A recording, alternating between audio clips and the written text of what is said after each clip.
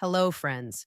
Starting this July, there are specific actions on your phone that are now essentially banned for seniors. Not by law, but by the new rules that every financial expert, every federal agency, and now the banks themselves are telling you never to do again. These exact actions are how seniors are losing thousands, sometimes hundreds of thousands of dollars in a single phone call. The federal government just launched a brand new campaign specifically warning about this. Banks are changing their rules and deploying AI systems because of it, and the people behind these scams are more sophisticated in 2026 than anything we've seen before.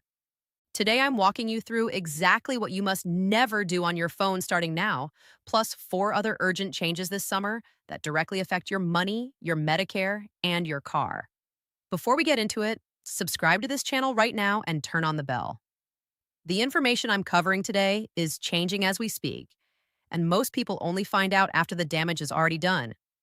Subscribe now and let's get into it. Let's start with your phone because this is where the most urgent and most preventable damage is happening to seniors right now. On June 16th, 2026, just 2 weeks ago, the FCC launched what they're calling the Never Ever campaign in partnership with the Elder Justice Coordinating Council. The entire campaign is built around one rule that covers every government impersonation scam in existence. Write this down.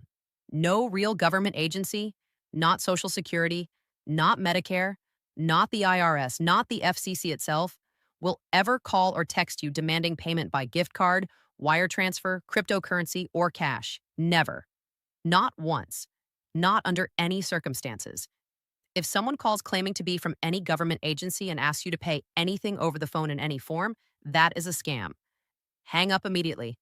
The FCC is also significantly upgrading what's called the Stir/Shaken framework this summer. This is a technical system that verifies whether the phone number on your caller ID actually belongs to the person calling you. Carriers are now required to block unverified calls at a higher rate, and carriers who knowingly allow fraudulent robocalls through their networks face increased enforcement.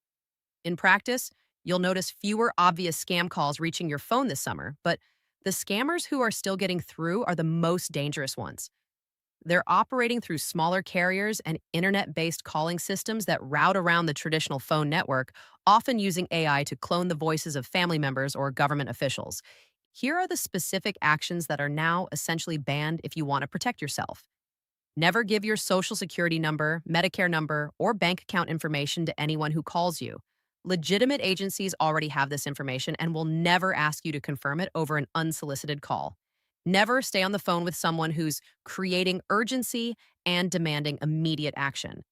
Urgency and pressure are the primary tools of every phone scam ever run. Never call back the number that called you if you're even slightly suspicious. Always find the agency's official number independently and call that instead. And never pay any fee, fine, or debt over the phone using a gift card. No government agency on earth accepts gift cards as payment. Not for taxes, not for Social Security problems, not for anything. The FCC fraud hotline is 1-888-CALL-FCC. You can report suspected scam calls at reportfraud.ftc.gov. Now let's talk about what your bank is doing in response to all of this, because some of it protects you and some of it can catch you off guard in a way you need to understand.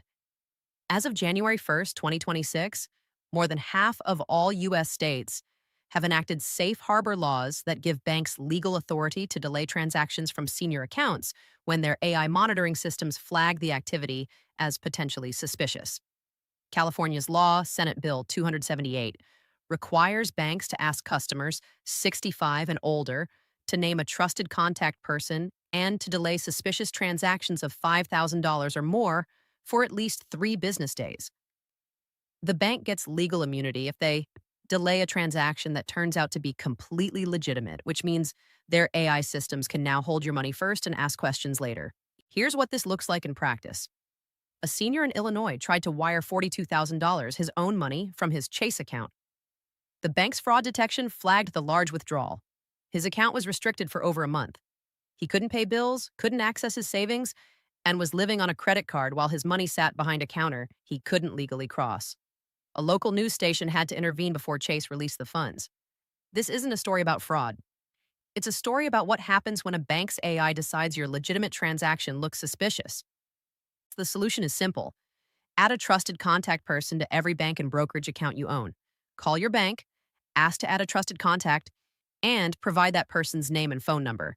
If their AI flags a transaction, instead of a 15-day investigation, they call your trusted contact and verify your intent in minutes. It takes 10 minutes to set up, and it's the most important financial protection you can put in place this summer. Bank of America is rolling out 1,000 in-person fraud education seminars across the country through 2026, and Chase has deployed a dedicated scam interruption team trained by behavioral psychologists. These are real resources. If your bank is hosting a local fraud awareness event, it's worth attending. The third change affects every senior who drives. Pennsylvania's Paul Miller Law took effect June 5th, 2026, making handheld phone use while driving a primary offense. Officers can pull you over solely for holding a phone with no other violation required. The fine starts at $50 plus court costs. Pennsylvania joins 27 states with primary handheld enforcement, including New York, New Jersey, Maryland, and Florida. On any summer road trip through the Northeast, keep your phone completely out of your hand while the vehicle is moving. Speed cameras and work zones are also expanding rapidly. Delaware activated live cameras on I-95 in late May 2026. The fine is $20 base plus $1 per mile per hour over the 55 mile per hour work zone limit. More than 10,000 violations were recorded in the first 3 days. Pennsylvania, Maryland, and Illinois have active work zone cameras, mailing citations directly to registered vehicle owners without any police stop.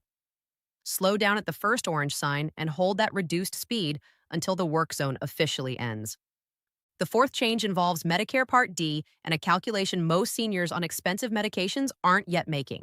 As of 2026, the annual out-of-pocket cap for Medicare Part D is $2,100. Once your total spending on covered drugs hits $2,100 in a calendar year, every covered medication costs you zero for the rest of that year. This is the first year the cap has been set this low, and it changes the math for anyone on expensive brand name drugs. If you've already spent $1,000 or more on prescriptions this year, you may be closer to free medications for the rest of 2026 than you realize. Log into your Part D plan's member portal or call the number on your Medicare card and ask 2 questions. How much have I spent toward my out-of-pocket cap this year, and how close am I to $2,100? The answer might surprise you. The fifth change is one that most people associate with winter, but that's actually more accessible right now. LIHEAP, the Low-Income Home Energy Assistance Program, provides federal funding for energy costs, including summer cooling. Most people think of LIHEAP as a winter heating program, but summer applications are typically processed faster and with less backlog than heating season. If your household income is at or below 150% of the federal poverty level, you may qualify for help with air conditioning costs or electric bills this summer. Call the National Energy Assistance Referral Line at 1-8003-LIHEAP or search your state's name plus LIHEAP to find your local program. So here's the complete picture. Never pay any government agency over the phone in any form. The FCC's Never Ever rule covers every scam call ever run against a senior. Add a trusted contact person to every bank account this week to prevent your own money from being frozen under new safe harbor laws. Keep your phone out of your hand while driving. 27 states now have primary enforcement with instant fines. Check your Medicare Part D out-of-pocket progress toward the $2,100 cap. You may be closer to free medications than you think. And if summer electricity costs are straining your budget, contact LIHEAP now while the summer program is less backlogged than heating season. Subscribe, share this with someone you know who needs to hear it before summer ends, and I'll see you in the next one.